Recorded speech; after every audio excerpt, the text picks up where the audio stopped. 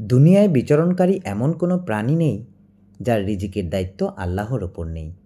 তাদের স্থায়ী এবং অস্থায়ী অবস্থানস্থল সম্পর্কে তিনি অবহিত। সব কিছুই একটি সুস্পষ্ট কিতাবে লেখা আছে।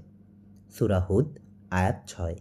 অত্র আয়াতে মহান আল্লাহ তাআলা সকল প্রাণীর রিজিক যে তার জিম্মায় রয়েছে সে কথা সুস্পষ্টভাবে ঘোষণা করেছেন।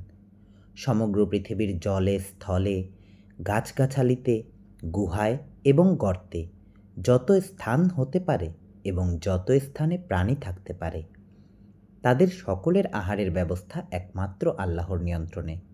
কোনো জীব কোথায় থাকে, কোথায় চলাচল করে, কোথায় আশ্রয় গ্রহণ করে, কোথায় মৃত্যুবরণ করে, মায়ের উদরে কি থাকে, সব কিছুই মহান আল্লাহর কিতাবে লেখা রয়েছে।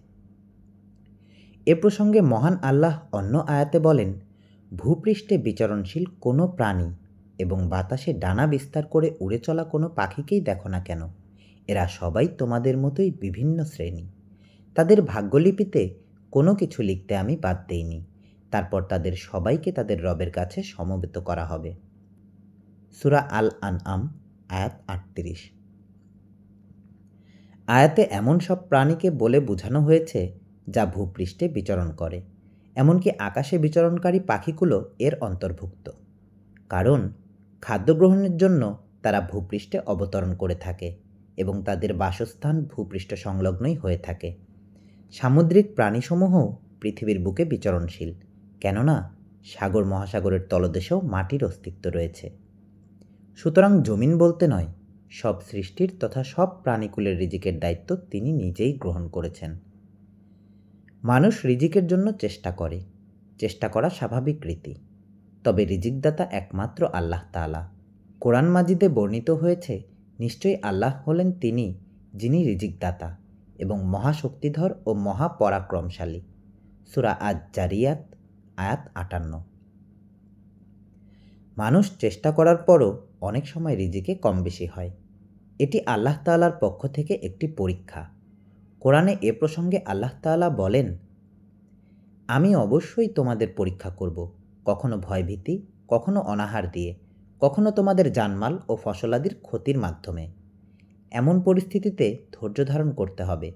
তুমি ধৈর্যশীলদের জান্নাতের সুসংবাদ দান করো। সূরা বাকারা আয়াত 155। রিজিক এমন জিনিস যা মহান আল্লাহ প্রাণীকুলের নিকট নিয়ে যান এবং প্রাণীরা তা আহার করে।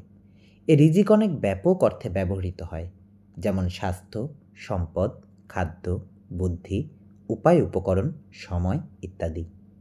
এমনকি আমাদের জীবনটাও রিজিক। এই সব কিছু আল্লাহ আমাদের দিয়েছেন। মুসলিম হিসেবে আমরা বিশ্বাস করি যে আল্লাহ হলেন আর রাজ্জাক তথা রিজিকদাতা। এখন প্রশ্ন হলো, আমরা যদি একবারে হাত পা গুটিয়ে বসে থাকি তাহলে আমাদের সামনে রিজিক আসবে নাকি চেষ্টা করতে হবে? অবশ্যই খাবারের সন্ধানে চেষ্টা করতে হবে।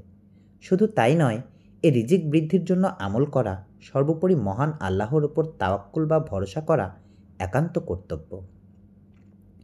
মহান আল্লাহ রিজিক অন্বেষণের গুরুত্ব সম্পর্কে বলেন, তারপর যখন নামাজ শেষ হয়ে যায় তখন ভূপৃষ্ঠে ছড়িয়ে পড়ো এবং আল্লাহর অনুগ্রহ সন্ধান করো এবং অধিক মাত্রায় আল্লাহকে স্মরণ করতে থাকো। আশা করা যায় তোমরা সফলকাম হবে। সূরা আল জুমুয়া আয়াত 10।